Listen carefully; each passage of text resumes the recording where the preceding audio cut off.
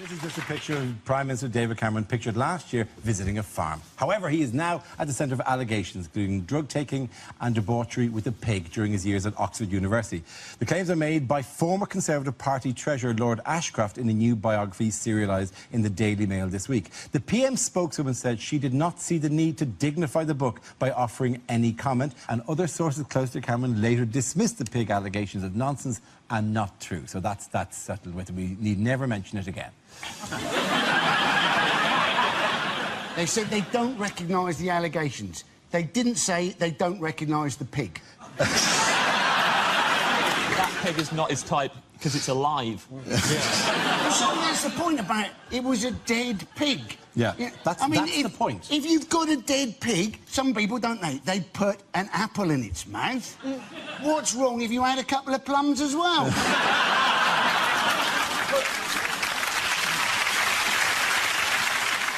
Of course, it was the head of a dead pig in this story. Of course. Of course it was. Of course. Anything else would be bizarre. Yeah, and it's an etiquette minefield at these posh do's, isn't it? Because you never know, when do you use the little knife? Is that my side plate? Is that the correct glass for white wine? Is now an appropriate time to place my cock in a pig's head? It's just... it's an etiquette minefield. I just tend to dip it in everything once, just on the off chance. Around the table. It was actually when this story broke, wasn't it? He was meeting the Danish PM. It's the most beautiful. It is so incredible. What is Denmark famous for? Oh. I mean, we called him the Danish PM, but presumably there's every chance Cameron just calls him an escort agency boss. Yeah. People have done things in college, and I think in some ways you've got to have that amount of sympathy, because we've all, you know, possibly done things in college that shouldn't be investigated. Maybe not a university here, maybe one in another country. But let's not look into things. Let's not investigate stuff that may have happened back in the mists of time, you know. So people died. It was a terrible night. But you know, we've all moved on, haven't we? Haven't we? Yeah, good. There is apparently photographic evidence of the event, which made me wonder. Terrible. Was the pig wearing a GoPro? That photo was before digital cameras. Who took that film to Snappy Snaps? Imagine it. Yeah, there's one photo on there, the one with the pig. Can I get that on a mouse mat as well? Do you think what's going to turn up is a jigsaw with one piece missing in the jigsaw? No, we lost it in a house move. How did this incredible, life-affirming story emerge? Well, it's revenge, isn't it? It's this guy, Lord Ashcroft. He was treasurer of the Tory party. He worked for the Tory party for 10 years, and he was promised a job in the cabinet, and then when David Cameron got into power, he offered him a junior whip's job in the Foreign Office. And he went bananas. He went bananas. Absolutely bananas. And he's done all this. He acts like it's not, but it is. It's a classic example of revenge being a dish that's best served cold, like prosciutto. Yeah. When they leaked, when the Daily Mail had this story, I didn't know that there's a dailymail.com, which is the American version, so I'd never been on the website before, so I typed it into the internet. And their headline, because they've got no interest in this in America, was John Hamm wins an Emmy. And I thought, is that the pig? God, his career's gone from strength to strength. Well, yeah, the pig got an Emmy for faking it.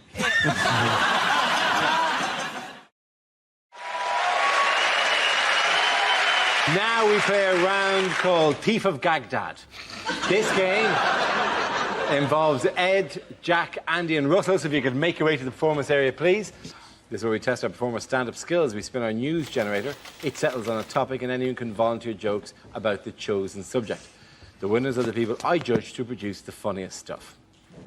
OK, here we go. Let's spin the wheel. First subject is sleep. Ebra. Does anyone here sleep with someone who snores? Yes. Well, I envy you, because I lie awake next to someone who snores. My wife snores terribly, and part of what keeps me awake is lying there going, how do you sleep through this? I can't sleep through it, I'm only next to it. The noise is inside your head. And how come you can sleep through that? But the sound of me making a sandwich in our kitchen, that wakes you up. There is no way me making a sandwich makes more noise than you're making right now. She snores. So she said the cutest thing to me one time, though. She says, do I not sound like a kitten purring? tablet. No. You sound like a cat drowning in porridge. If I'd a kitten made that noise, I'd put it down. Apparently she had her nose broken a couple of times when she was a kid. Didn't teach her, she's still bleeding snores. Thank you very much, Ed. OK, let's spin the wheel again. Subject is health. Andy Parsons. With flu jabs now, what they do, don't they, is they put a little bit of flu into you to help you combat the flu. I was thinking by that argument, surely you should be able to have the odd cake to help you fight obesity. Because let's face it, you can do too much exercise, can't you? You know, did you see Madonna's arms? They didn't look right, did they? It's like half human, half Terminator. Of course, that's the problem when you're always picking up small African children going, no, no, no. Thank you very much, Andy. OK, that leaves it with Russell and Jack. Let's spin the wheel. The next subject is television. Who wants to come into that? Jack. I get very frustrated with pretty much everything on television. I find adverts at the moment particularly annoying, like the banking adverts, because they're trying to portray bankers as being nice people. Like, they've got this one at the moment for, like, a mobile bank that travels around the country, and you walk in and there's your friendly local bank manager acting like a hairdresser, like, nattering away. You know, you walk up to the till, it's like, oh, how was your holiday? I went camping. Oh, why did you go camping? Because you lost all of my money! Decided the only option I've got is just to not watch TV at all, because everything annoys me. And I've got quite a lot of people that pressure me into doing that as well. Like my dad, he's quite old-fashioned. He's always saying, you don't need to watch television. You should do other things, better things, more edifying things. Don't watch TV, Jack. You should read. Read the great novels. They're entertaining, they're educational. Even read the Bible. The Bible is engrossing. It's enthralling. The stories of Jesus, they're encapsulating, they're invigorating. I'm like, no, Dad. If I wanted to be entertained by 12 people sat round a table trying to impress some bearded Jewish know-it-all that thinks he's some kind of deity, I will watch The Apprentice. Thank you very much, Jack Whitehall. OK, Russell, let's see what you've been left with. Let's spin the wheel. That's fitness. Could have been camel toes. Now, I was in the gym the other day. I was in a locker room, and a 5-year-old boy ran in and jumped into a locker. Now, sometimes you know you're just going to have an incident, right? You could hear him in there giggling, and you knew what he was going to do. He was going to jump out and scare his mates, because his mates appeared seconds later, like, where's Stephen gone? Where's Stephen? He was near a minute ago. This is most irregular. Huh? And he waited, not for his mates, but for 3 huge naked men. It was fantastic. They were kind of walking past, and this little kid leapt at those men like a cat with rabies. It was incredible, right? Just from nowhere, the noise they made, I've never heard a noise like it. They sounded like a tugboat getting molested. It was like,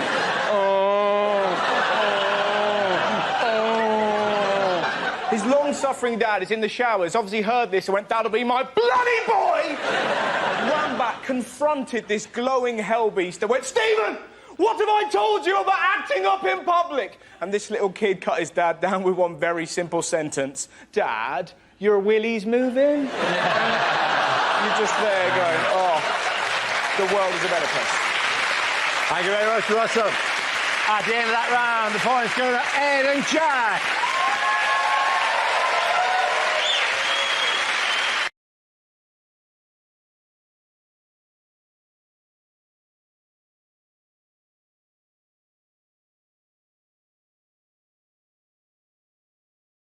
The next round is called If This Is the Answer, What is the Question? On the board are 6 categories. Sarah, which category would you like? Sport, Sport, please. OK. Very big at the moment. Sport.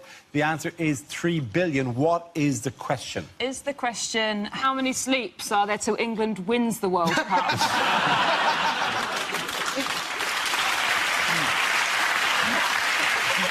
Is it how many people on the planet would be a better commentator than Phil Neville? Is it how many people will have to die in the Middle East before Tony Blair thinks that he might not be the best peace envoy there is?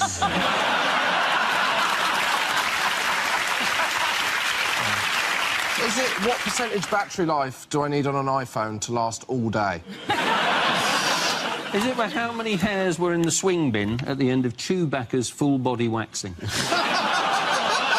it the amount of adverts Joe Hart's been in? Is it how many free chickens is Gary now going to have delivered by Nando's?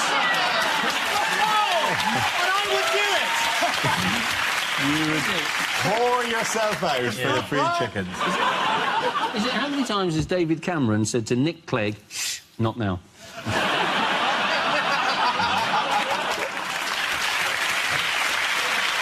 OK, I'm going to move you towards a correct answer. This is how many... It's loads. It's how many people actually watch the World Cup. Yeah, you're absolutely right. Well done. Very good.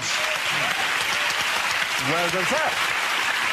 Yes, the question I was looking for was how many viewers around the world are claimed to be tuning into the World Cup. This is the predicted figure of worldwide viewers, with some estimating it'll reach as high as 3.5 billion. FIFA expects the tournament to be the most watched TV event ever. At the time of recording, we don't know the result of England's second game against Uruguay, which possibly determines whether or not you reach the tournament's knockout stage, and certainly determines the mood of a lot of people watching the show at the moment. So, sad face, happy. Different know where to go on this, to be honest. So, best luck, hard luck, you know, them's the break. I can't stand it!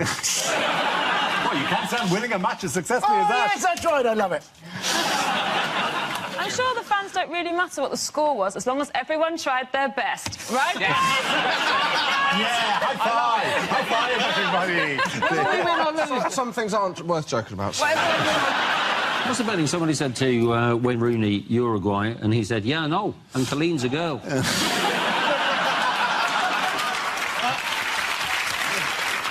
Didn't they try and acclimatise? One of the ways they acclimatised was by eating really hot curries.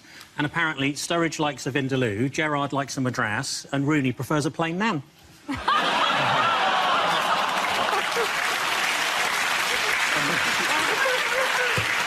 It was like 10 years ago. When are we going to forget it? Like, this show will never forget things like that. They are changing lots of things about football this year, and I think actually we could move that a little bit further. I've got some suggestions to how we can improve the World Cup. So, for instance, listen up. When someone gets a free kick, they shouldn't have to use that on the ball. They could use it on any of the other players or the ref. Use it anywhere. Also, when there's substitutions, I think that should be like online grocery shopping. Like, oh, you asked for Theo Walcott, but we couldn't find him. So we've sent you retired cricketer Ian Botham.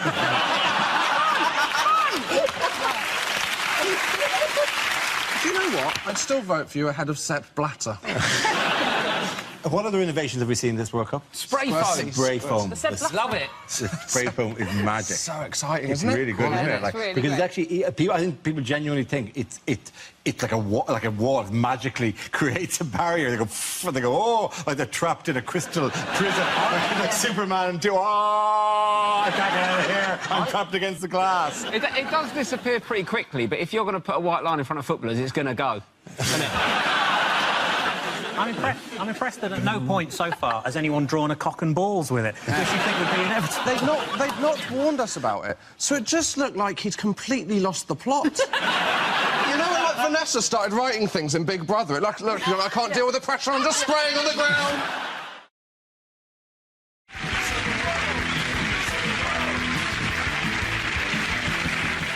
As he prepares to assume centre stage, Frankie, you are Iranian President Mahmoud Ahmadinejad. Thank you, got it right in one. And you will tell us what he really means. I am Iranian President Mahmoud Ahmadinejad.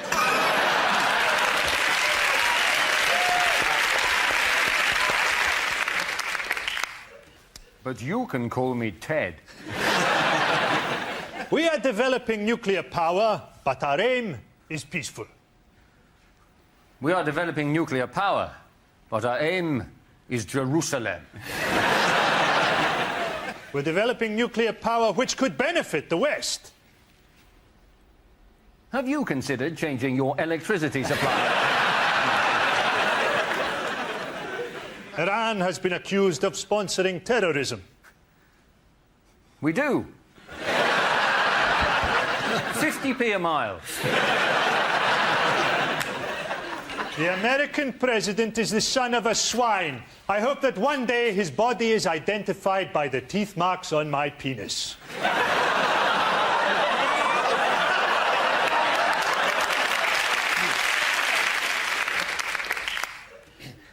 I don't like George Bush. We are a modern people. At night, I relax by listening to the Stones. Thudding into the bodies of innocent women.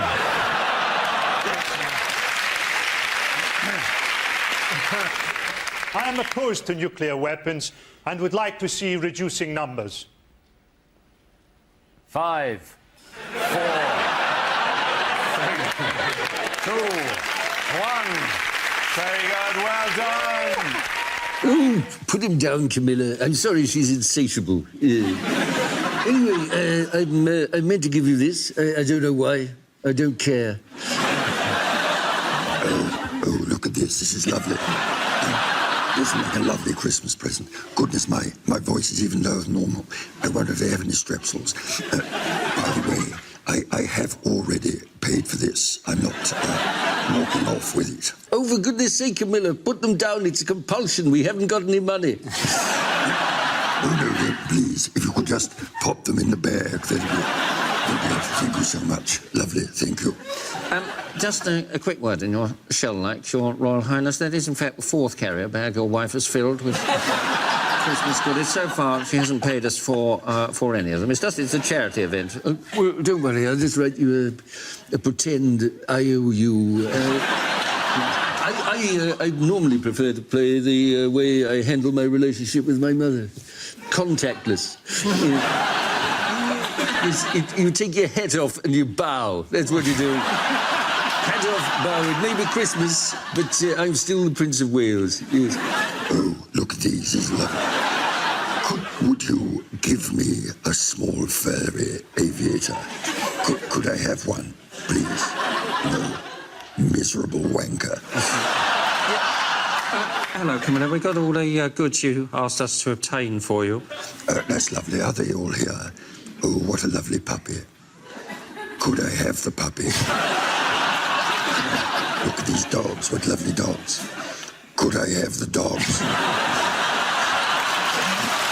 Well done, you did it! Rory, you're England football manager Sven Göran Eriksson talking about recent events. Well, hello, ladies and gentlemen. Hello, ladies.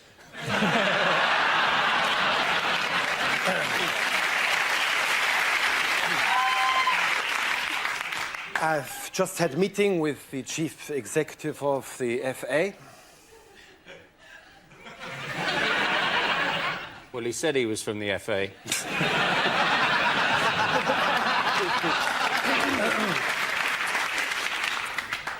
We reached a very amicable settlement.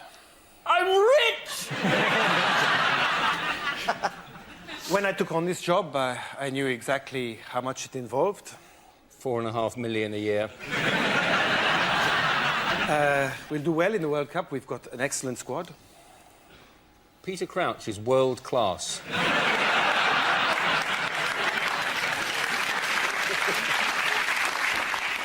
I would like to reassure you that my mind is very much on the job.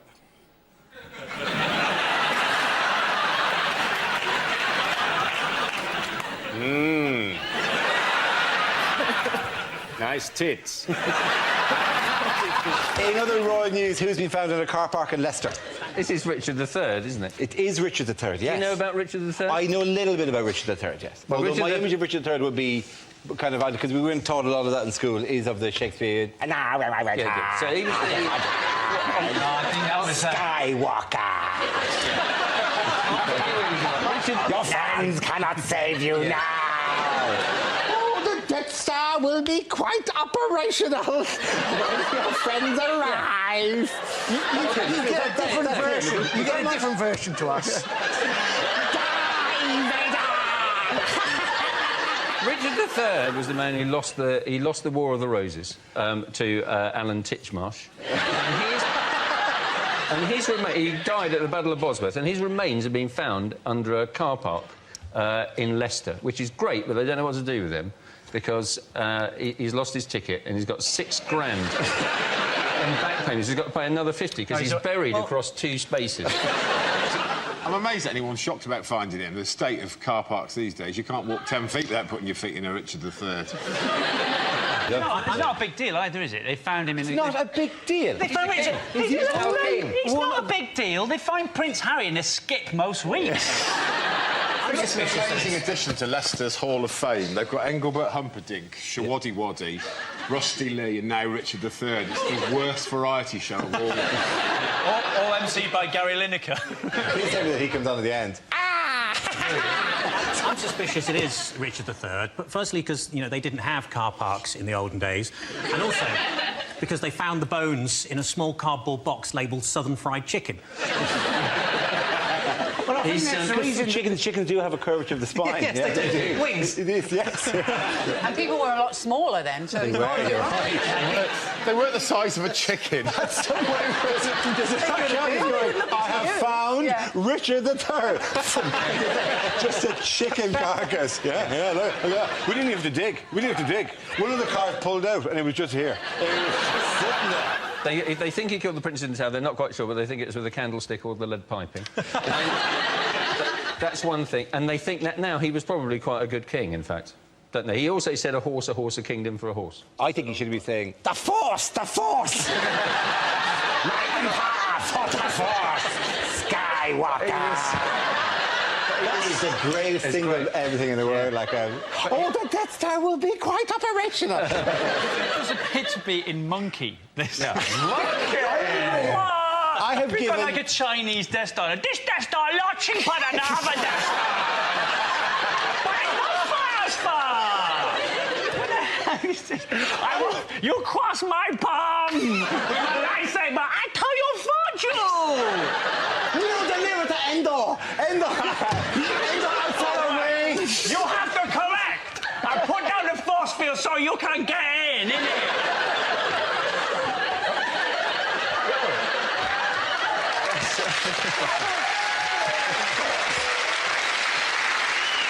I'm looking forward to the worldwide distribution of this episode.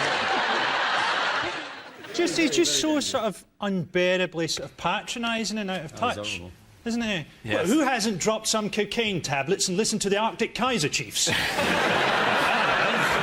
I mean, it's that thing, you know, where everything is a photo opportunity for him. Yeah. And none of it's actually that impressive. So it's not that impressive to ride huskies or cycle a bike. Seeing as it's just a photo opportunity anyway, I'd like to see Cameron kick a lion's head off. I would vote for that. If he came on in his party political broadcast and kicked a lion's head off and then turned to the camera and went, could Tony Blair kick a lion's head off? We have a picture of the front row of the Tory conference. I mean, this is like Weblog Central. Look at these people here. This is the actual people who are... If you're making a speech to people of that age, you could probably do the same speech at least 4 times. Because you figure at least 2 of them are going to be dead the next year. One of them's going to forget, and the other one's probably not going to hear it in the first place. They must have been quite confused. It must have been, when's Daniel O'Donnell going to sing? There was a lovely kind of... I have to say, I hated it when there's comedians in the audience, particularly when they're in the royal box, because my wife loves the tennis, absolutely, and she's glued to Wimbledon every year, and every time it cuts to the royal box, it's like Michael McIntyre or Stephen Fry is in there. I can just feel my wife's eyes on me, like, if you were just a bit funnier. Unlikely lines from a blockbuster movie. I cannot hold her, Captain! I cannot hold her! Oh, no, hang on, I'll put her in the cup holder until she cools down. Say hello to my little friend. This is Warwick Davis.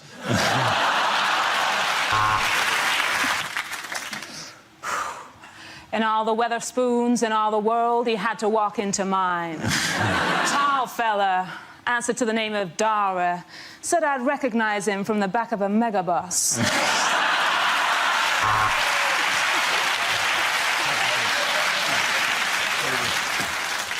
This is the furthest outreaches of the universe. Alpha Centauri. How did they get to host the World Cup?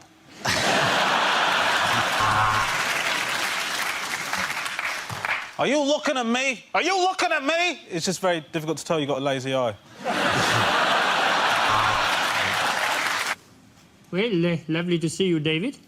Oink, oink. Lovely to see you too, Angler. Particularly because when the car pulled up, I thought you were Nicola Sturgeon. Terrible woman, of course. Anyway, loving the jacket. Have you come as one of the minions? I'm wearing yellow because it's the colour of Nick Clegg and I know how much you miss him. Also, it's the colour of mustard you might have on pork. Oh, what, that silly thing? Oh, that's a plinth, small enough to hold the names of every refugee we haven't let in from Syria. Anyway, over to you, Angler. Thank you very much, David. There are many things. Germans would like to teach Britain how to make a decent car, how to falsify emissions records. Oh, God, I can't help daydreaming. I wonder how porky is now. Mostly, I want to talk about the European referendum. You plan to renegotiate, then hold an in-out referendum. This is wrong. It should be in-out, then shake it all about. Well, thank you, Angler. That's certainly the approach I took in Oxford all those years ago. OK, here we go. The first subject tonight is commercials that never made it to air. I'm Tony the Tiger. Siegfried and Roy taste great. For effective ethnic cleansing, use Milosevic. Wimbledon's so posh, though, because even the ball boys have the balls posh. When they pick the balls up, they just go... What's that? Why can't I just throw it back to him? He gets the ball, then he goes... What's that about? I love it if the ball boys, if they had done like jury service where anyone just got picked at random to do it, rather than all these little like, posh kids just like a rude boy just going, I'll leave it out, bruv, I ain't getting your fucking ball. 30 degrees, bruv. This week, Rory, you'll be Tony Blair and Gordon Brown making a recent announcement. Right, I'm running the country, he's not. Just a little word. I think it's important that you understand these are the real decisions that affect the future of the country. Should I have curry or an Indian? Or no, maybe Italian. Italian, that'd be nice. Or no, maybe Chinese. Right, and I think, you know, these are the important things, the things we all come together and decide, you know, they're going to determine exactly what's going to happen in the future. And those decisions, pink for the upstairs bedroom, green for the downstairs... And that's what I'm saying to you simply here. And, you know, we've all gathered here, we've got a number of people. There's a man there who, I think his hair was black when we started. But, no, look, I agree with everything he says, not because I actually agree, but because it's a better chance of me taking over when he's actually finished. Hey, you believe that, you believe anything? Hi. Hi. You got your head the wrong way around. I love the Smurfs, yeah, great. The original deal, he said 3 months.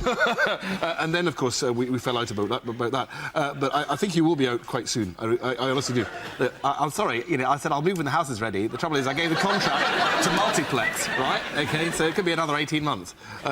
These two Muslims walk in a bar, OK?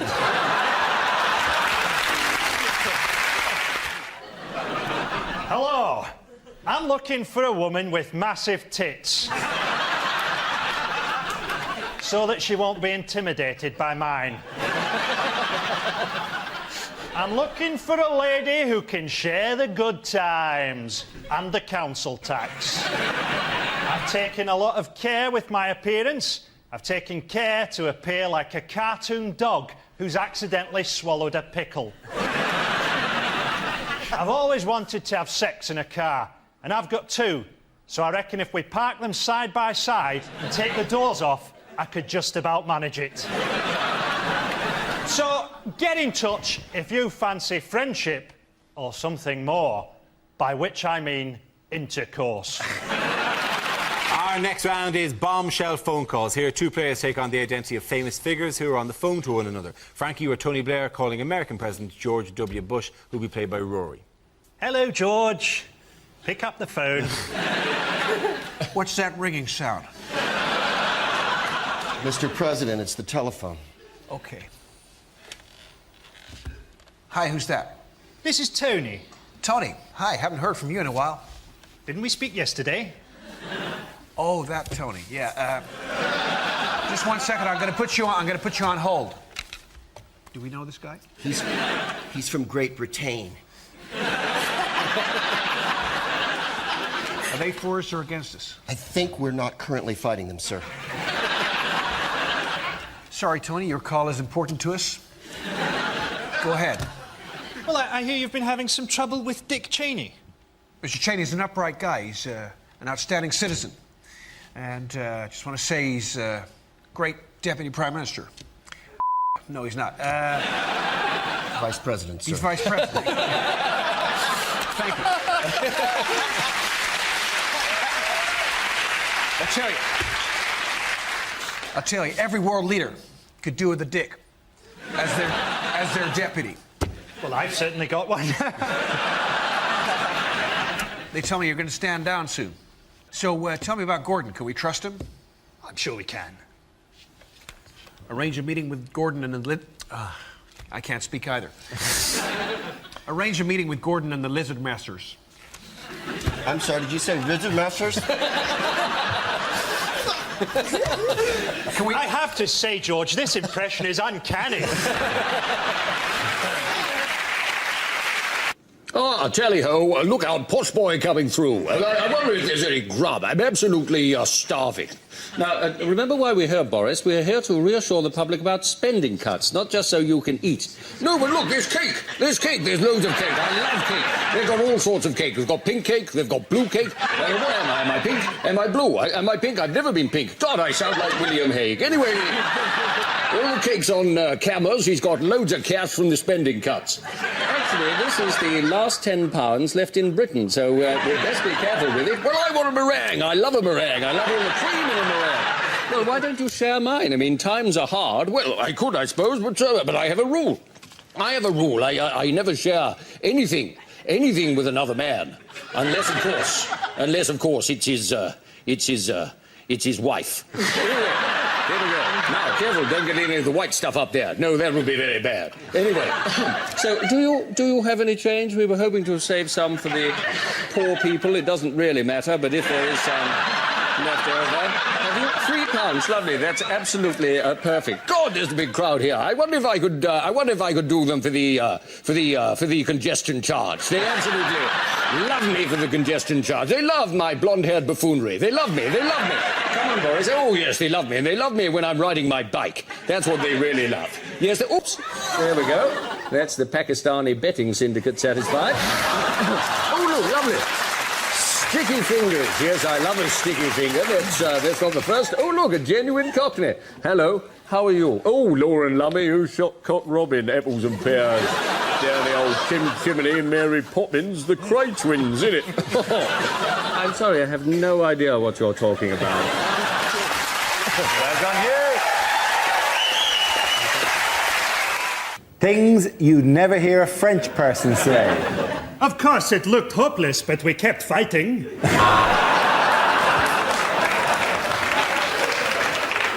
I'd like a bottle of Burgundy and a Dairy Lee Dunker, please.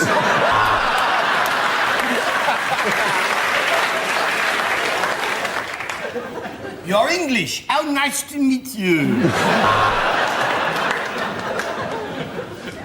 J'aime beaucoup, Monsieur Jeremy Clarkson. I've just bought a wonderful little holiday home in the south of Birmingham. OK, our next topic is what the voices in Tony Blair's head are saying. You will obey. You will obey. Trains, toilets and celebrities. What is the question? Is it, if you're going to make a sex tape on public transport, what 3 things do you need? Is it what Peter Andre says when he's asked what his daily routine is? Our trains, our toilets and our celebrities.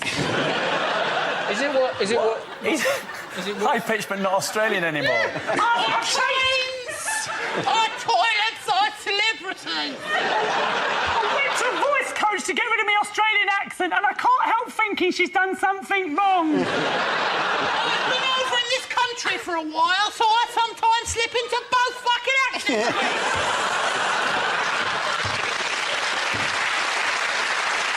Our trains doesn't I don't lift my jeans up. And then obviously the celebrities are making the money for the kids.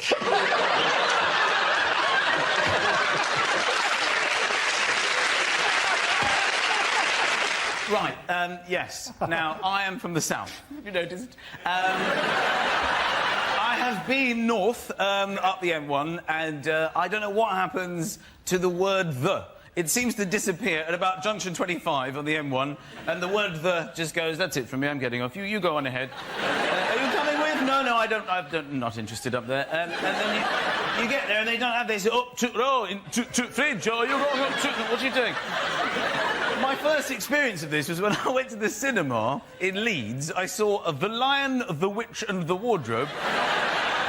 I actually had more fun asking the woman what it is I'd booked to see than watching the entire movie itself. So what is it I'm seeing here today? Toot Lion, Toot Witch and Toot Wardrobe. What's he talking about? Are you hearing this? Are you taking toothpaste? Yes, of course. I thought it might be a nice idea maybe to go to HMV and get a DVD of The Lion, the Witch and the Wardrobe, maybe The Good, the Bad and the Ugly, and perhaps an album by The, and just line them up on the counter. What is it I've decided to purchase here? Toot One, Toot Witch and Toot Wardrobe. Toot Good, Toot Bad and Ugly. And Toot Toot. Thank you. Well done, Michael. When I went on Dragon's Den, how much did I want for a 2% share in my body hoover business? James, talk numbers. How many? What's your turnover? Well, Deborah. I haven't really got the numbers in my head. That's what they say, isn't it? Right, I'm out. That usually gets... Is it what is the count in Sesame Street up to now? We think he's just somewhere in a bar, just still counting. Tiny Transylvanian puppet in a bar. 1.5. We start tonight with a round called Picture of the Week. I show the panel a topical image and ask them to tell me what's happening. So, what's going on here? Is Putin saying, damn, did I put the cyanide in the tea or in the sherry? Is Cameron, in fact, trying to upset Putin by trying to drink his sherry in the most gay way possible? Putin does look really relaxed, doesn't he? I think he's watching one of his favourite sports, and there may be two bears killing a dog. What, Bear Dog? I love Bear Dog. Actually, I'm Russian television all the time. Cameron presumably is just saying, 2 more sherries and I invade Syria. Is that David Cameron tries to lighten the mood at the G20 by playing a tiny trumpet? Are you sure it's not actually a picture of Mr. Burns and Smithers? I think they're discussing election strategy. I think Putin's explaining how he's already won his next 4 elections. Presumably they're playing the Obama speech drinking game. Every time Obama says red line, they have to have a drink. Maybe neither of them are speaking. That's true.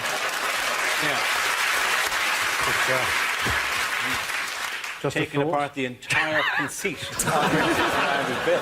Can I just say at this point that I can't do an impression of David Cameron? I don't think anybody can. And in fact, I think I was only asked on this programme tonight because Dara actually was a president earlier in the week that Dara was not feeling very well. So they said, so we need to cover in case Dara doesn't make it to the show and the recording. So if you can come in and do that, would be great. Annie Parsons.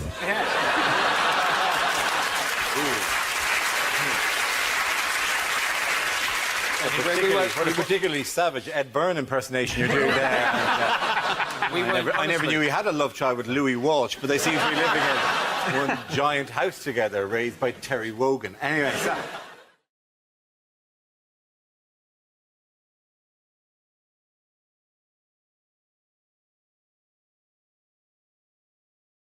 Let's spin the wheel for our first topic. And the topic is exercise. We all know we need to do more exercise. I mean, we've now got the fattest kids in Europe. I'm not going to make fun out of obese children. I've learnt not to do that. They will come down on you like a ton of bricks. I didn't like exercising as a kid. When I was a kid, I was made to go swimming in a pool that had a Veruca pool before you got into it. The Veruca pool. Do you remember the Veruca pool? They actually called it the Veruca pool. You can't encourage children to walk in something that's called a Veruca pool. It's like offering somebody the use of your chlamydia flannel, isn't it?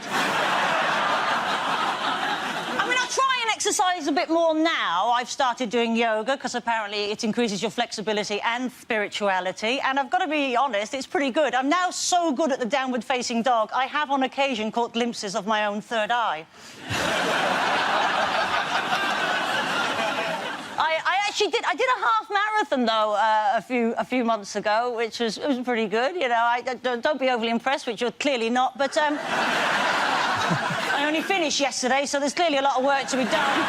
And I did the run for charity, and I know a lot of people are doing things for charity. You can't just exercise now, can you? You've got to do it for a good cause. And I get a lot of those emails. I know we all do. You know, will you sponsor me? Will you sponsor me? I'm like, what are you doing? I'm flip-flopping up Kilimanjaro for diarrhoea.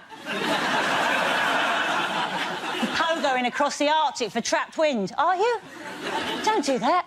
I mean, the last London Marathon, it cost me an absolute fortune because I sponsored loads of friends, right? I gave one friend 20 quid because he was doing it for cancer research, another friend 20 quid because he was doing it for heart disease, another one 20 quid because he was doing it for diabetes. In the end, it was actually cheaper for me to join Bupa.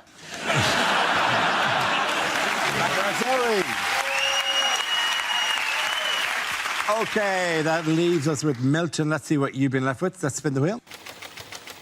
And the subject is work.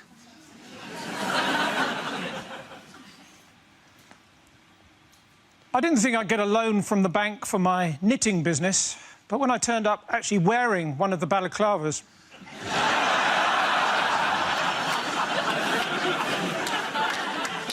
I used to be a weatherman. In fact, does anyone want to buy a broken barometer? No pressure. If there'd been a mix-up, my uncle could have ended up as the next president of the United States. He's an undertaker in the army, or Barack Obama.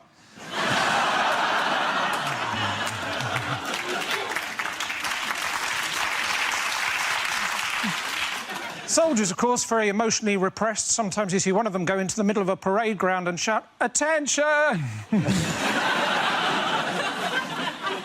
What he needs is a hug. Well, that's what I thought. My dad, he was a soldier, so, of course, as a family, we were always moving around a lot, because he used to use us for target practice. 6 hours I had to wait in the other day for the electrician until he opened the cupboard under the stairs and I was able to leap out at him. I remember when I was a policeman, I was asked to seal off an area and I went... That's all right, thank you. Well done. Points there for River Jones. Come on back.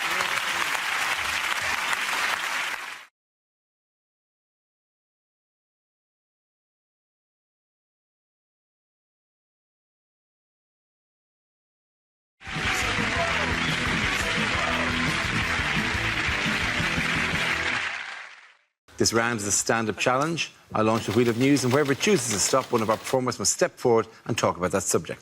OK, here we go. Let's spin the wheel. The first subject is going out. Rob. I like going out and getting drunk. It's fun, isn't it? I got so drunk the other week. It was the most hungover I've ever been. In the morning, I bought a McDonald's breakfast and ate it in a queue for a Greggs.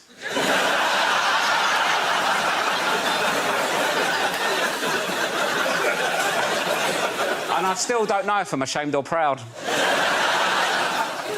I don't like tequila, though. I don't like doing shots. It annoys me with tequila. It's too much admin, isn't it? So I'll lick a bit of salt, eat a lemon. What are you doing that for? It makes it taste nicer. It's not fish and chips, is it?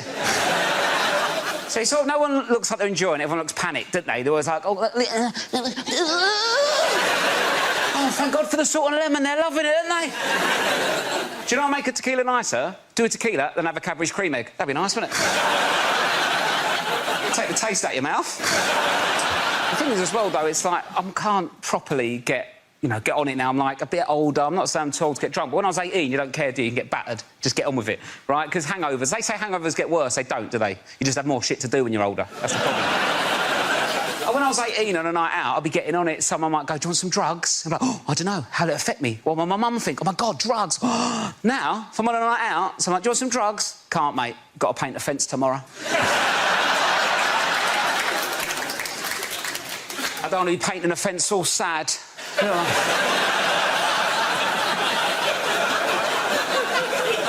All hot, sweaty and vulnerable, like, oh...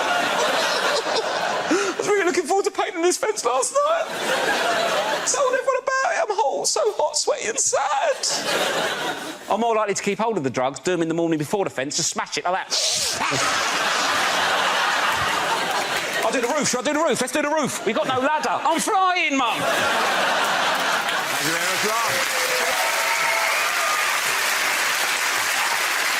Rob. OK, that leaves with James. Let's see what topic you've been left with. Let's spin the wheel. And it's food and drink.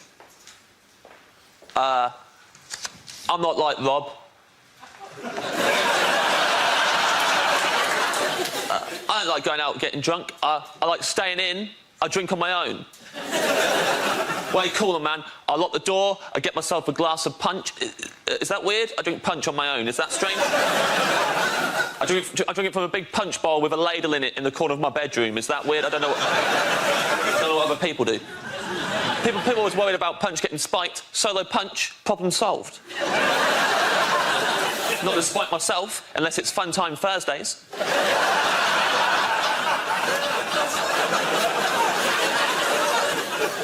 Tried going out with some mates recently. We hit the town. I'm a prankster when I'm out with my friends. One of them left me alone with his pint while he went to the toilet. Big mistake. It's a classic prank. I always do this if someone leaves me alone with their pint. I went round the bar using his pint to propose toasts with. Deliberately proposing toasts to things I knew he disagreed with.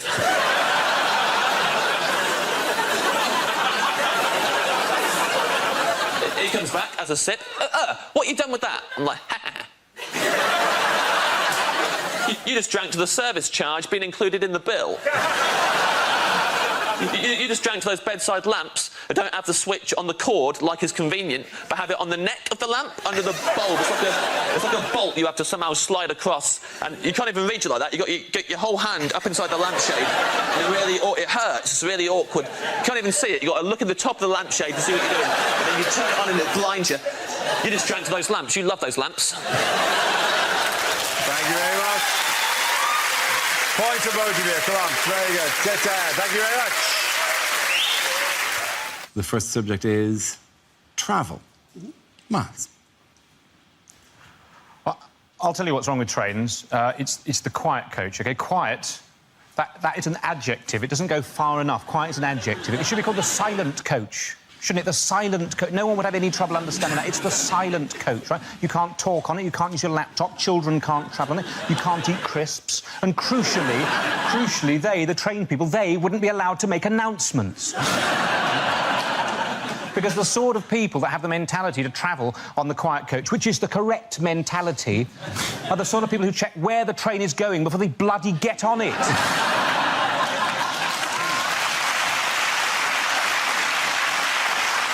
For years, we've just not got these things right.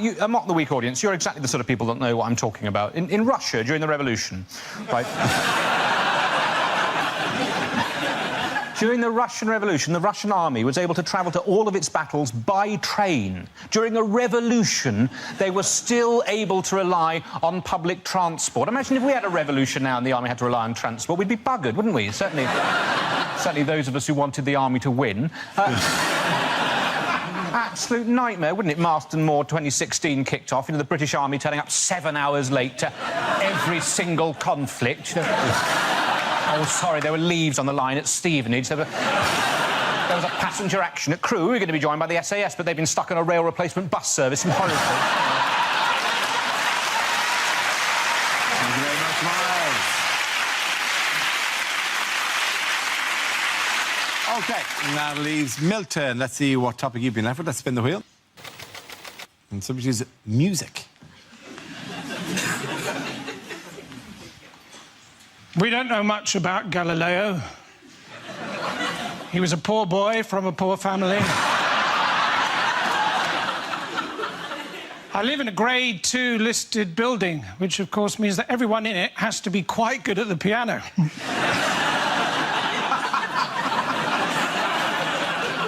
Apparently all Chinese children who are learning to play the piano know a tune called Knife and Fork.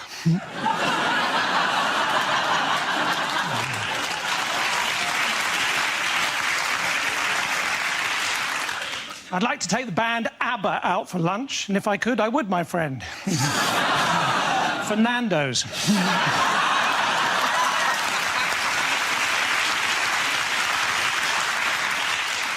When I was at school and it rained, we used to have to stay in for wet play. And when it was cold, we used to have to stay in and listen to this really dull band. AD 79. Julius Caesar receives the first ever weather forecast.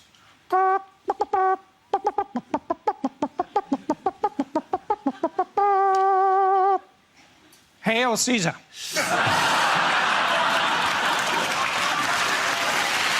you very much. Points there go to Better Jones. Come on. And the first subject is jobs. Who wants to come at? Reese.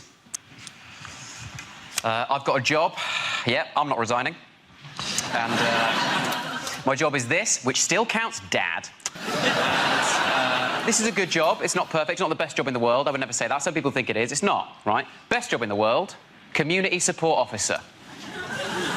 With no power comes no responsibility. Best job ever.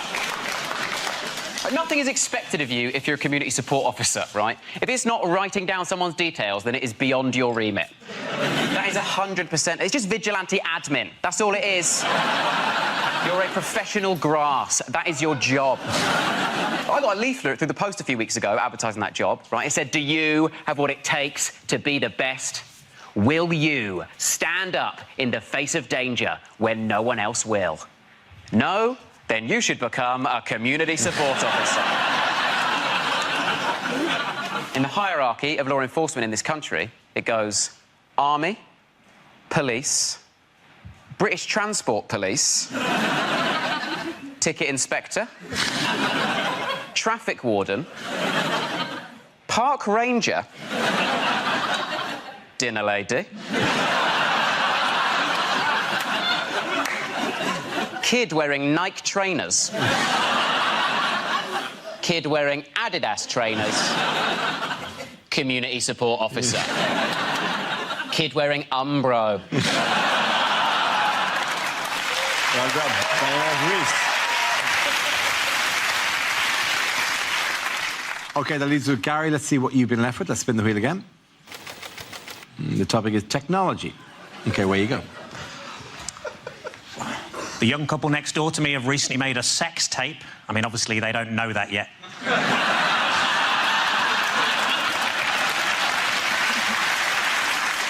The hardest part of making skimmed milk must be throwing the cows across the lake.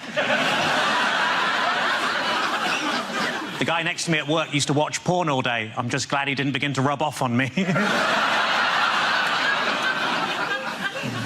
I think if I was to try revenge porn, I'd just post naked pictures of myself online so everybody would know how low my ex's standards were. When answering the security question, place of birth, apparently vagina is not an acceptable answer. It's been a tough week. I got myself a memory foam mattress and now it's trying to blackmail me.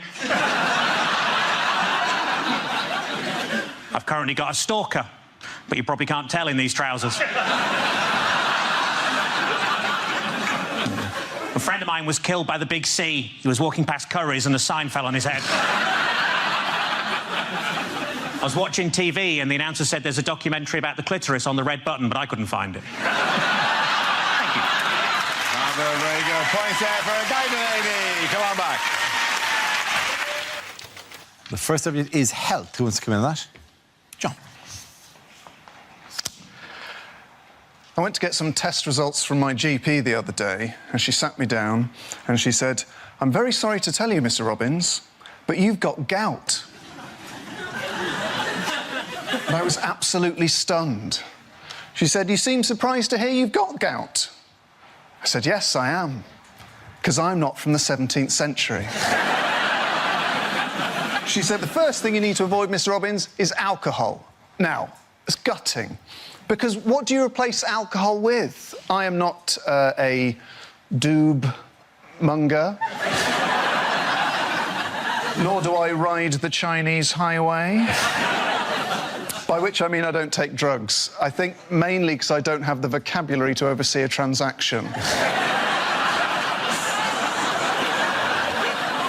So she says, "The second thing you need to avoid, Mr. Robbins, is cheese." And I said, out loud, to a respectable GP in her late 60s, "What the fuck, mate?" Then she gets this serious look on her face, and she says, "The third thing you need to avoid, Mr. Robbins, and this is very important, is offal." Well, I tell you what, if I didn't damn near spit that pig's ear clean out of my mouth. Turns out gout is actually a very serious condition, and after a lot of soul-searching, I've decided to cut offal entirely out of my diet. I'm not going to make you imagine what that's like. It's my cross, and I'll bear it. And I'll tell you how I bear it. Pissed and covered in cheese. Well done. Thank you very much.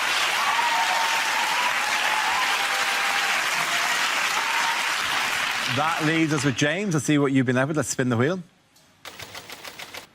The topic is moving house. I moved house recently. Luckily. That's good, isn't it? It's fortunate. Touch and go for a second there, and that came up, and I was like, ka-ching! Jackpot! I did move house recently. Tad too drafty for my liking, my new house. Had to order a draft excluder by post. Best way to buy a draft excluder is by post, because when they deliver it, they post it through the door, it drops through the letterbox onto the floor. Already it's paying for its own postage. Moved to West London. I used to live in South West London. Different times, I was a different person. Used to be in a gang. Big time in a gang. SW6 gang is our name. It's the area of London we're from, is our name. And it's what we'd shout at other gangs we didn't like much. Like, if I saw the SW5 gang, for example, we'd shout at them, SW6! That's clever. I remember once, back in the day, we're out and about, SW6 crew, taking no shit. Looked across the road, we saw them, SW5 gang. And as soon as I saw them, I was cross. Shouted at them, SW6! As per. They shouted back at us, SW5! Which we expected, but it still made us angry. SW6 back at them, SW5 back at us, back and forth for ages. Until eventually, I got so overstimulated that I shouted out my entire postcode. In full, and that is why I had to move house. Well done. Points there for James Acaster.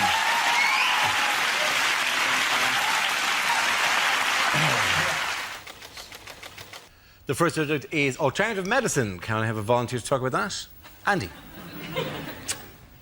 Apparently, a lot of people trying to get into therapy at the moment. Other people knocking it, saying, you know, oh, well, you should just lose your inhibitions, talk about your problems to your friends. I thought I'd try this. I talked about my problems to my friends for a whole hour. Lost my inhibitions, also lost my friends. I now tell my problems to taxi drivers. 2 advantages in this. 1, it stops the taxi driver from telling you his problems. And 2, it's amazing how much quicker you get to your bloody destination. Well done, Andy Parsons. OK, let's spin the wheel again. Subject is the media. Who wants to come into that? Russell. I'll do that.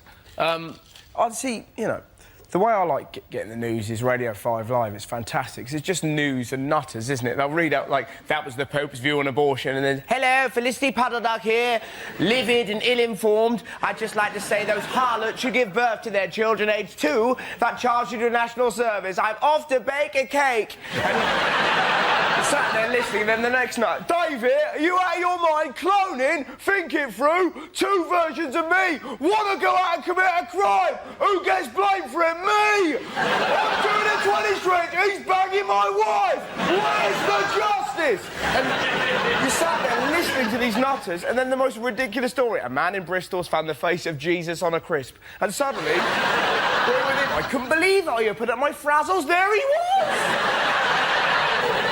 Russell Howard. OK, the losers Hugh and Frankie. The next topic is sport. Do you know, I've heard a rumour that horse racing may not be completely honest. It's unbelievable, isn't it? But how do you stop the corruption? Well, one solution may be to call horses something like mafia-backed second favourite. Because if everyone did that, everyone would be confused, no one would know who to bet on, and the whole thing would be fair again. And they're off, and the first to show is blatantly bribed, followed by mafia-backed second favourite. They're just ahead of Dope to the Gills, Mysterious Limp, and just behind them, Out for a Canter, and I'll Fall at the Fifth. And as they come to the fifth, I'll Fall at the Fifth has fallen. I'll Fall at the Fifth has fallen at the fifth in a magnificent display of cheating, and they're coming into the final furlong. Mysterious Limp is slowing, Out for a Canter is clearly struggling, but coming through strongly is mafia-backed second favourite, and as they cross the line, mafia-backed second favourite has won it, which is remarkable, seeing as he has no head. That's been left in someone's bed for tomorrow morning. Well done, you. Well done, you. OK, Frankie, let's see what you've been left with. And it's environment. Didn't that used to be an advert for mints? Ryanair getting a hard time from the environmental lobby because they've launched a £7 flight to New York. Although, as always with Ryanair, it does land slightly outside New York, in Dublin. It's a pity we can't harness more natural energy, isn't it? Pity we can't harness the power of British moaning. Oh no, that moaning-powered light bulb's on the blink again. Oh no, there it is, back on. Everyone complained about the floods, didn't they? I like storms. I like thunder and lightning. What I like to do during a storm is shag my girlfriend and pretend that we're taking part in the conception of the Antichrist. Frankie Royal, ladies and gentlemen. At the end of that round, the points go to Frankie and you.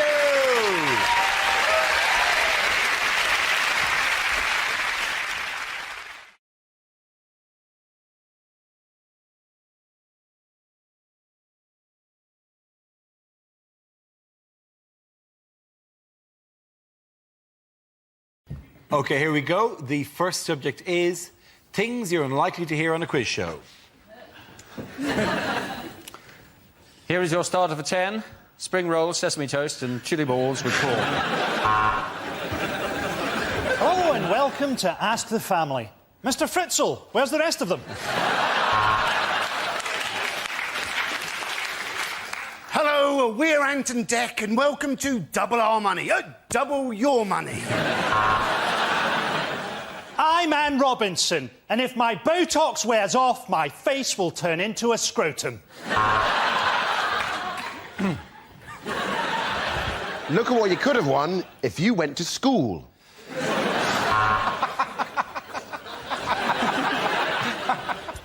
Name? Ted Smith. Occupation? Carpenter. And your chosen specialised subject? The life and work of the carpenter Ted Smith.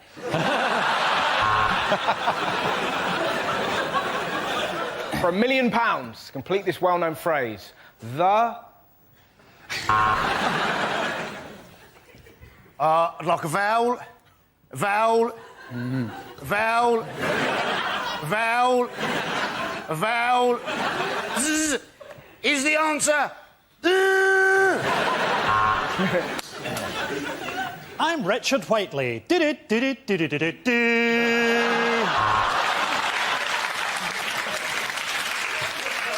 Welcome to Inflation Adjusted. Who wants to be a Zimbabwe millionaire?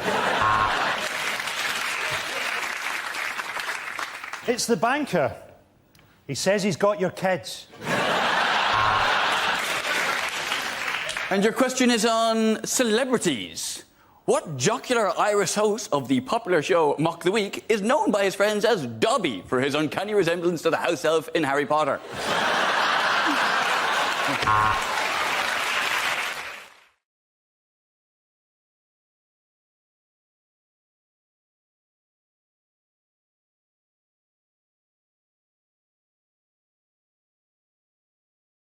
Deleted lines from a fantasy film.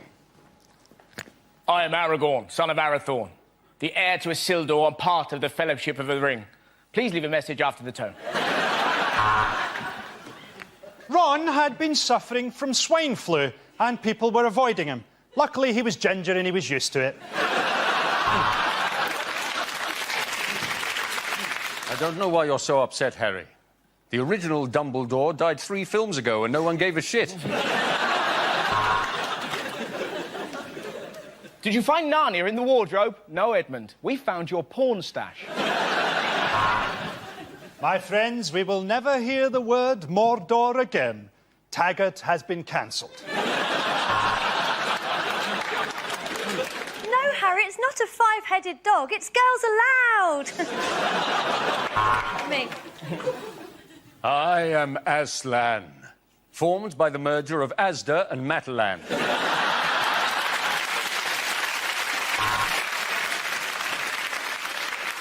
We had only been there for a day, but to us it felt like 15 years. That's Birmingham.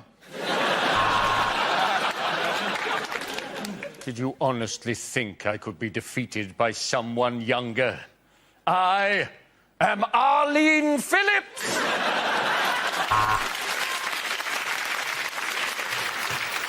Welcome to Mordor, twinned with Swansea.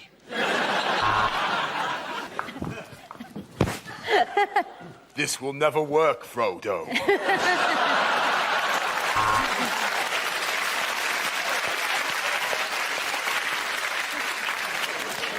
In the wardrobe, we found a magical compartment that led to the Fritzl family. He stole it from me, my precious! Oh, no, it's in my pocket. You all right, John? How's it going, all right? Yeah. How's the kids? All right? See you later.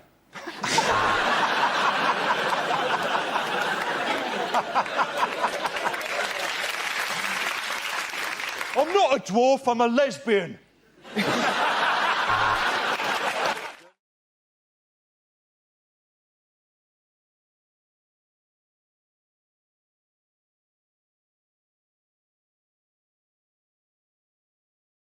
Unlikely lines from a TV detective show. Interesting. I think it might be Fox.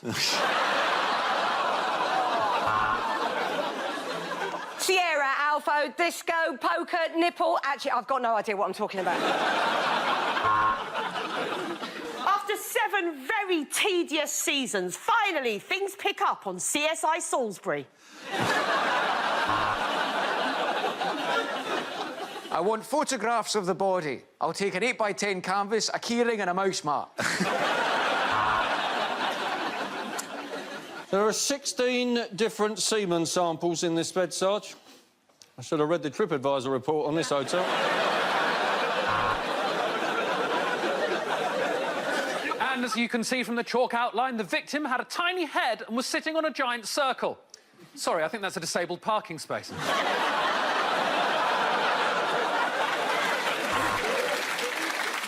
So your crime number is 1000000. Oh, my God, you're our millionth customer! I'm really sorry what happened to your husband. Welcome to the new detective show from the Northeast. CSYI Newcastle.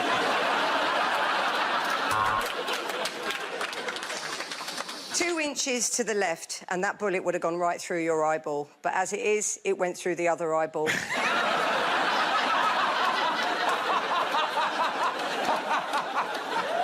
Oh, God, I have to go to the morgue. He's always eating a sandwich. We get it, you're desensitized. Well done.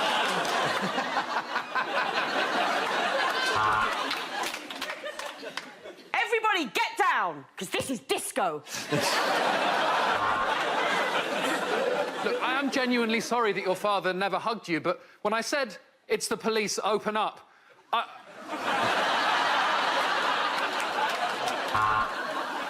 OK, then, I suppose what we can deduce is either the victim was naked and extremely well endowed, or whoever drew this chalk outline is very immature. On the doll, please show me where you were grabbed by the president.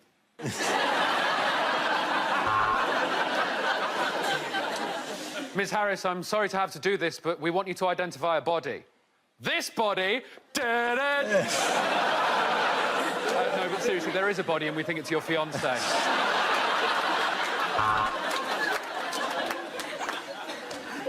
14 bullet wounds to the head. Classic suicide.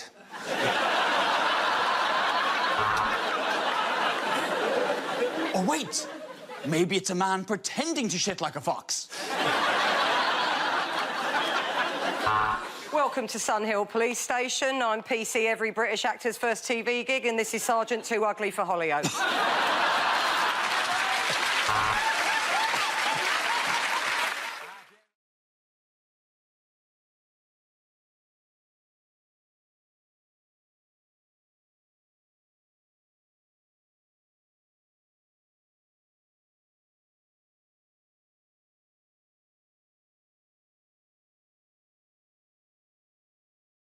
Let's spin the wheel for our first topic.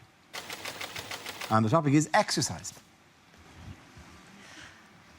We all know we need to do more exercise. I mean, we've now got the fattest kids in Europe. I'm not going to make fun out of obese children. I've learnt not to do that. They will come down on you like a ton of bricks. I didn't like exercising as a kid. When I was a kid, I was made to go swimming in a pool that had a Veruca pool before you got into it. The Veruca pool. Do you remember the Veruca pool? They actually called it the Veruca pool. You can't encourage children to walk in something that's called a Veruca pool. It's like offering somebody the use of your chlamydia flannel, isn't it? I mean, I try and exercise a bit more now. I've started doing yoga because apparently it increases your flexibility and spirituality. And I've got to be honest, it's pretty good. I'm now so good at the downward-facing dog, I have on occasion caught glimpses of my own third eye. I did a half marathon though a few months ago, which was pretty good. You know, don't be overly impressed, which you're clearly not. But I only finished yesterday, so there's clearly a lot of work to be done. And I did the run for charity, and I know a lot of people are doing things for charity. You can't just exercise now, can you? You've got to do it for a good cause. And I get a lot of those emails. I know we all do. You know, will you sponsor me? Will you sponsor me? I'm like, what are you doing? I'm flip-flopping up Kilimanjaro for diarrhoea. Going across the Arctic for trapped wind. Are you? Don't do that. I mean, the last London Marathon, it cost me an absolute fortune because I sponsored loads of friends, right? I gave one friend 20 quid because he was doing it for cancer research, another friend 20 quid because he was doing it for heart disease, another one 20 quid because he was doing it for diabetes. In the end, it was actually cheaper for me to join Bupa.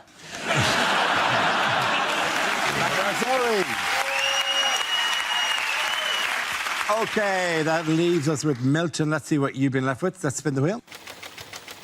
And the subject is work.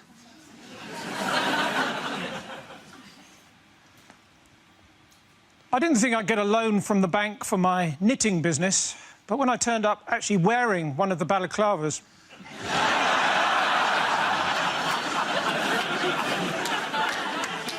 I used to be a weatherman. In fact, does anyone want to buy a broken barometer? No pressure. If there'd been a mix-up, my uncle could have ended up as the next president of the United States. He's an undertaker in the army, or Barack Obama.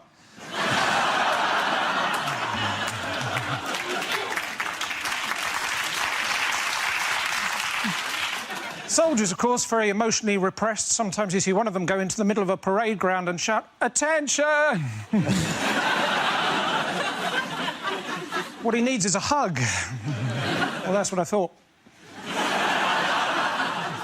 My dad, he was a soldier, so, of course, as a family, we were always moving around a lot, because he used to use us for target practice. 6 hours I had to wait in the other day for the electrician until he opened the cupboard under the stairs and I was able to leap out at him. I remember when I was a policeman, I was asked to seal off an area and I went... "Arr." That's all right, thank you. Well done. Points there for Mr. Jones. Come on back.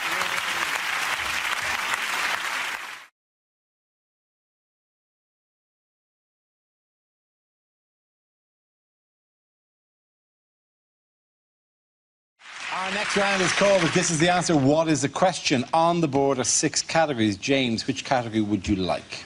I would like sport, please, Dara. OK, sport it is. The answer is 8 out of 10. What is the question? How many buzzcocks have got news for you?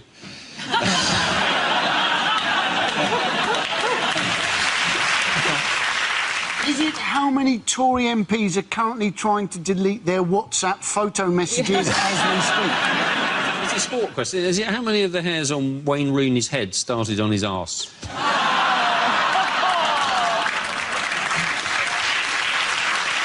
Is it? I think that's where they get them, isn't it? Didn't you have that done? Yes, is it? I haven't had it done. No, I haven't had that done. I didn't say no. I didn't say you would have it done. I didn't look at you as though you had it done. Clean shaven would my arse be if this is me after the transplant? You might have had it done the other way. You think I got my it's lovely. It's very comfortable now. Yeah. Shall we move on? Here's one that 4 people will get. In the unaired finale of Star Trek Voyager, who did 7 of 9 marry?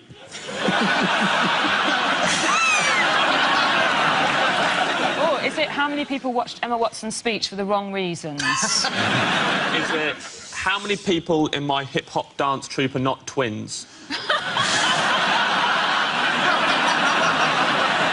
Are you one of the twins? Yeah. Are you? Yeah.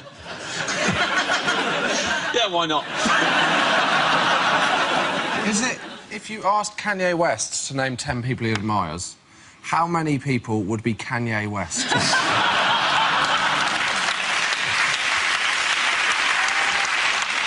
it how many Strictly celebrities are having affairs with their dance partners? What are my rough chances of happiness every time I dip into a bag of Revels? Coffee, is it? Coffee I don't like the coffee. I'm not fond of the orange. Do you not like the orange? Don't like the coffee at all, and I'm not fond of the orange. Yeah. Do not push me on this. I swear to God, I will take your fucking eye out. Sorry. Ed! I've said this before. Let it go in the Revels. All right. Ed, just buy a bag of minstrels, Ed. I've said it to you constantly. How many of the answers in this round won't be broadcast? Yeah.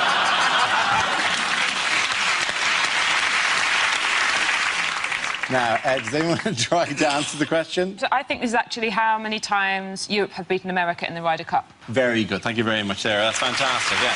Really defense, man.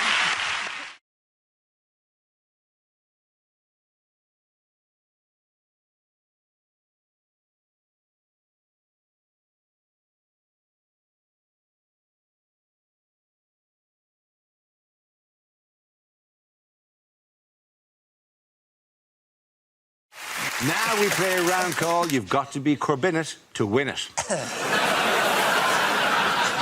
This game involves Nathan Caton and Ed Gamble, so if you could make your way to the performance area, please. This round is a stand-up challenge. I launched a wheel of news, and whoever chooses to stop, one of our performers must step forward and talk about that subject. OK, here we go. Let's spin the wheel. And the first topic is home life. Nathan.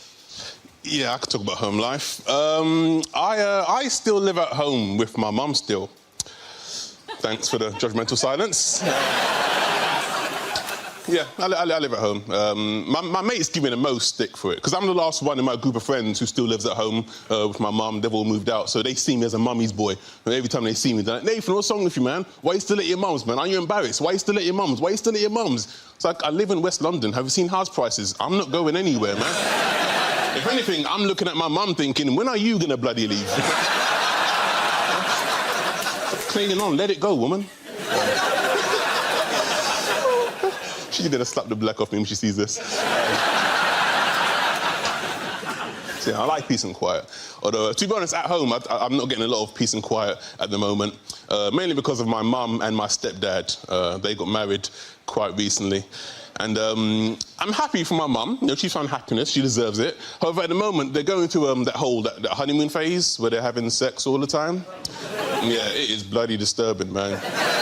Because my bedroom is, like, right next door. So, like, every time they do it, I hear everything. Like, a few Saturdays ago, right? It's late at night. I'm about to go to sleep. From next door, I can hear my stepdad going, "Oh, yes, oh, yes, oh, yes, oh, yes, oh, Lord, say something nasty, say something nasty, say something nasty." So I screamed out, "You're not my real dad!" Thank you very much, ladies and gentlemen. OK, that leaves us with Ed. Let's see what topic you've been left with. And the topic is diet. I hope this isn't just a hint that I need to lose weight. Because I've lost quite a lot of weight recently anyway. I've lost about 6 stone in the last 3 years. Cheers, guys, thanks. I mean, no. Too late, you went with the British reaction. Thank you very much. Couldn't give a shit, mate. Carry on. We don't... Stop showing off. We don't want to hear about it.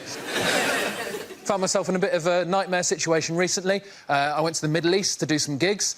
Now, that bit was nice, that was lovely, but they put you up in a hotel where the food is all-you-can-eat buffets 3 times a day for 10 days.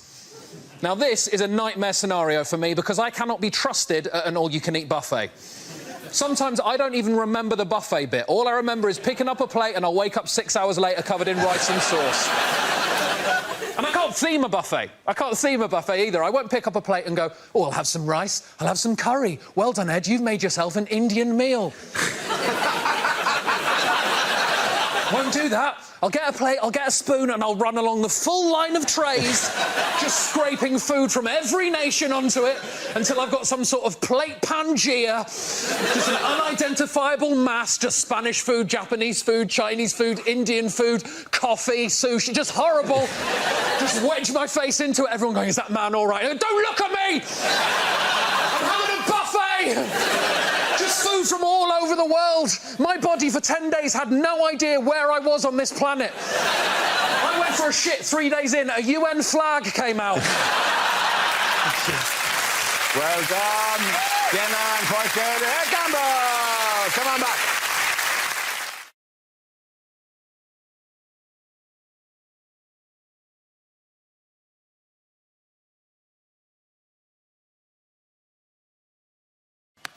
The first subject is politics. Oh, Nish. So, we're living through a real period of political instability, both here and in America. And in the last couple of months, some unlikely saviours have emerged. Tony Blair is considering a return to frontline politics, and Chelsea Clinton is contemplating a run for the Senate in 2020. And to those people, let me just say this. Maybe just leave it. If you want to turn your public opinion around, the way to do it is philanthropy, right? And let's look at someone who has turned their public opinion around through philanthropy. Look at Bill Gates, right? Bill Gates, for the last 15 years, with his wife Melinda, has spent all his time trying to fight the spread of infectious disease. I don't understand the science behind what's going on. From what I can tell, Bill Gates is trying to bribe AIDS to fuck off, right? And we like him for that. But in the 90s, we hated Bill Gates because of the paperclip. Basically, there was a paperclip, and you turn on Word and the paperclip would appear, and it would ask you if you're writing a letter, but you weren't writing a letter. So you're like, "I hate you, Bill Gates! I'm gonna buy a Mac forever!"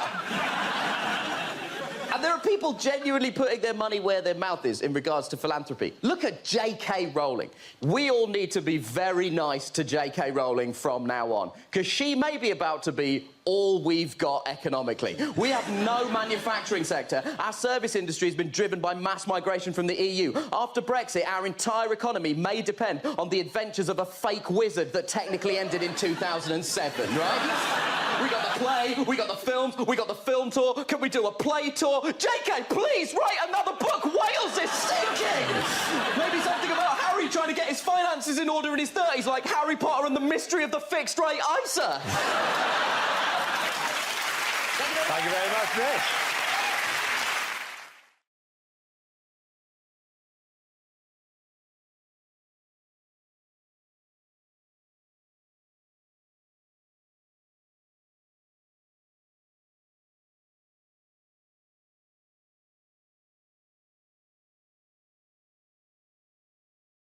Okay, so that leaves Nish. Let's see what your topic is. Let's spin the wheel. The topic is race. I'll take this one, Reese. Difficult and interesting time to be a non-white person living in Britain right now. But I think things are improving, especially to be a non-white comedian. Because 10 years ago, I got some advice from a former agent. She said, Nish, you should stop mentioning on stage that you're not white. And I was like, people are gonna know. I'm not exactly flying under the radar race-wise here. So a couple of weeks later, I got offered an audition in a sitcom. Now, that part required me to do what was cheerfully referred to in the script as the accent, right? Weren't talking about French, were they?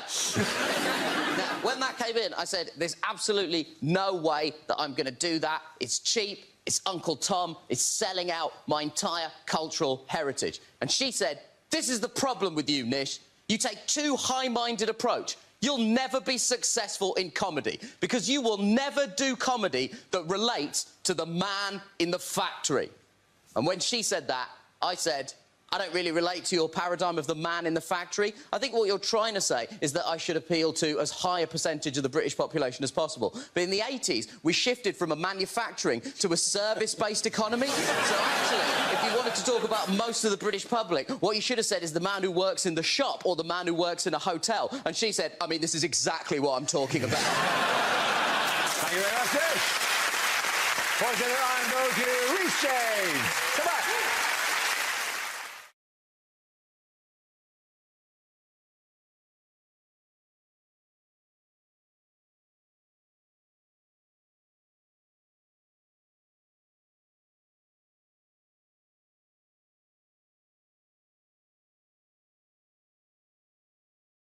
Yes, the answer I was looking for was Gove announces exam changes. This is the news that Education Secretary Michael Gove has announced a new English baccalaureate certificate to replace GCSEs. From 2015, students will work towards a demanding 3-hour exam at the end of a 2-year course rather than the current combination of coursework, modular exams and multiple retakes. He's even invented an exam that thicker kids won't be able to pronounce. It's the back of what? The back of what? The back. Oh, give me a shovel, I'll go down to mine.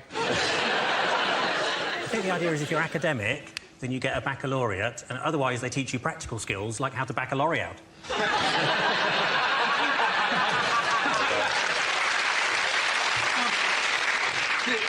The Tories have assured us that under this system no child will be left behind, but how can we take Tory promises that no child will be left behind seriously when their leader's David Cameron?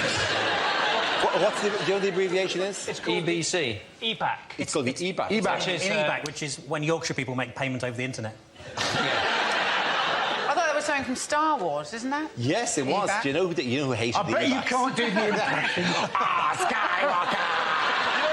Your EBACs will not qualify you to run the Empire. There's been a lot of debate over, whether grades have been devalued, and I was discussing that recently with my nephew, Professor Timmy.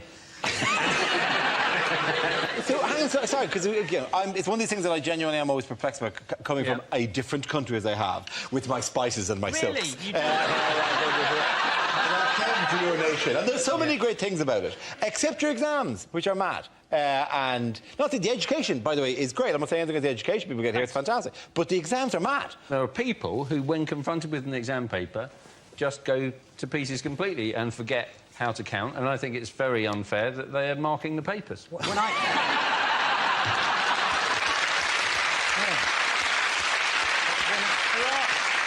are people who just shouldn't be taking exams. My friend Carl was at sixth form college with a girl who got her A-level results, and when she pulled out the piece of paper with the 3 letters telling her what her future would be, she went, that spells none.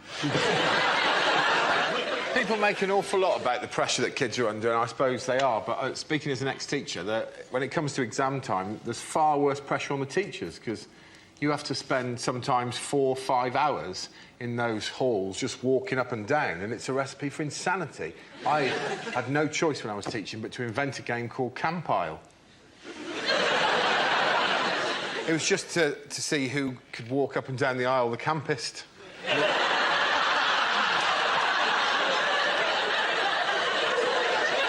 We started off just sort of slightly mincing. Honestly, by the end of it, I was walking down a full aisle of children like this. And I knew it was time for me to leave teaching when I got to the end of one aisle, genuinely. During an actual GCSE, a kid looked up at me and went...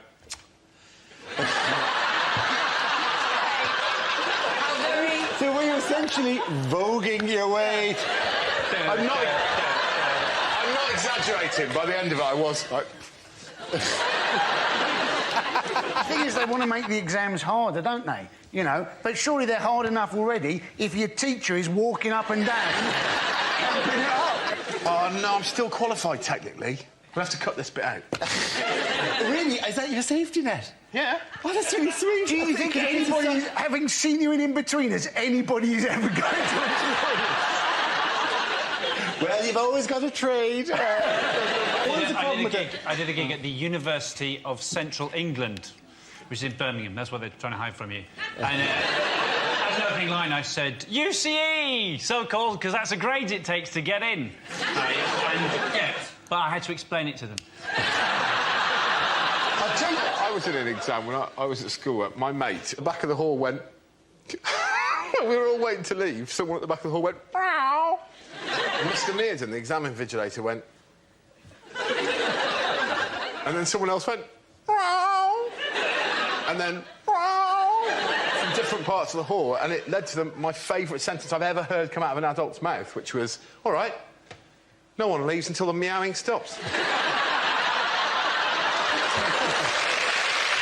the end of that round, the points go to Chris, Hugh and Gary.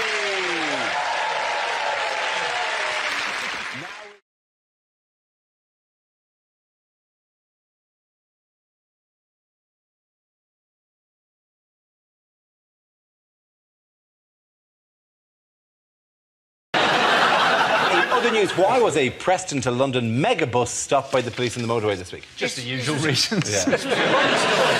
This was the story where a passenger reported seeing some smoke coming out of some other passenger's bag, thought it was a bomb, turned out it was a fake cigarette that was producing water vapour. Now, let's face it, if you've been pulled over, loads of police have arrived, you've got guns in your face, you're being accused of being a terrorist. That's not going to help you give up smoking, is it? They shut the M6, 17 police cars and riot vans, 13 fire engines, 4 ambulances and an army bomb disposal truck attended the incident. They walked the people off with their heads in their hands. It was like, you know, and made them sit in the middle of the road. Those people on the megabus, that's not the first bad trip they've been on. When they were sat on the side of the road, you could see some of them going, this is the most luxurious part of the journey so far. I'm always really freaked out by megabus. It's not the weirdest thing in the world, the megabus. Nothing against the bus service itself, but when you drive, like you drive a lot of time on the motorway, going to gigs, like the back of the megabus when you're driving along, like for those of you who haven't had the pleasure, there's times you just get hypnotised by that weird. There are many things I've observed. Firstly, why does that man have such large breasts?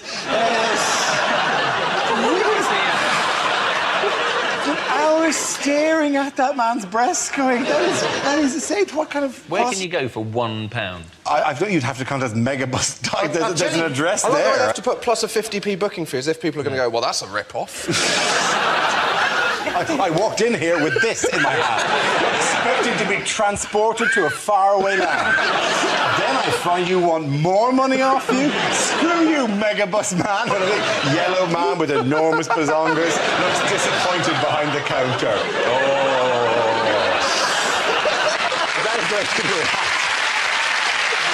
I apologise to the room. I know that when you're disappointed, you don't go, I am disappointed. Well, Megabus represents the top of the list of the decadence of the West, is it? Yeah. We will bring the West to its knees. Middle-aged women from the North will no longer be able to go to matinees at the West End. Students shall not visit their girlfriends in faraway towns. Do you think when they were dragged off the bus and they were all sort of sat around it, they were still close enough to the bus to be able to use the free Wi-Fi? They get emailed the photographs of their own terror alert. Do you know what's really irritating about this? For the entire... In my ear, constantly, people are going, wear the hat, wear the hat, wear the hat, wear the hat. Because, yeah, they gave me a yellow hat because they think I look like the Megabus guy.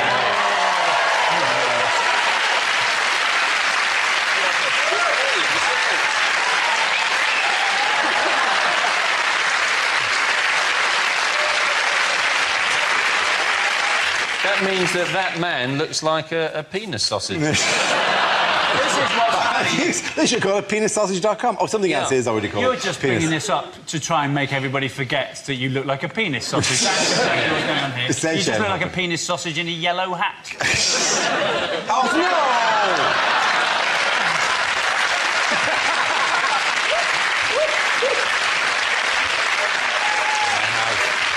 Lost ownership of the joke now. Somebody's got another new Twitter avatar. OK, Grant, at the end of that round, although I should get the points myself for the assault to my dignity, ladies, at the end of that round, the points go to Chris Hugh and Milton!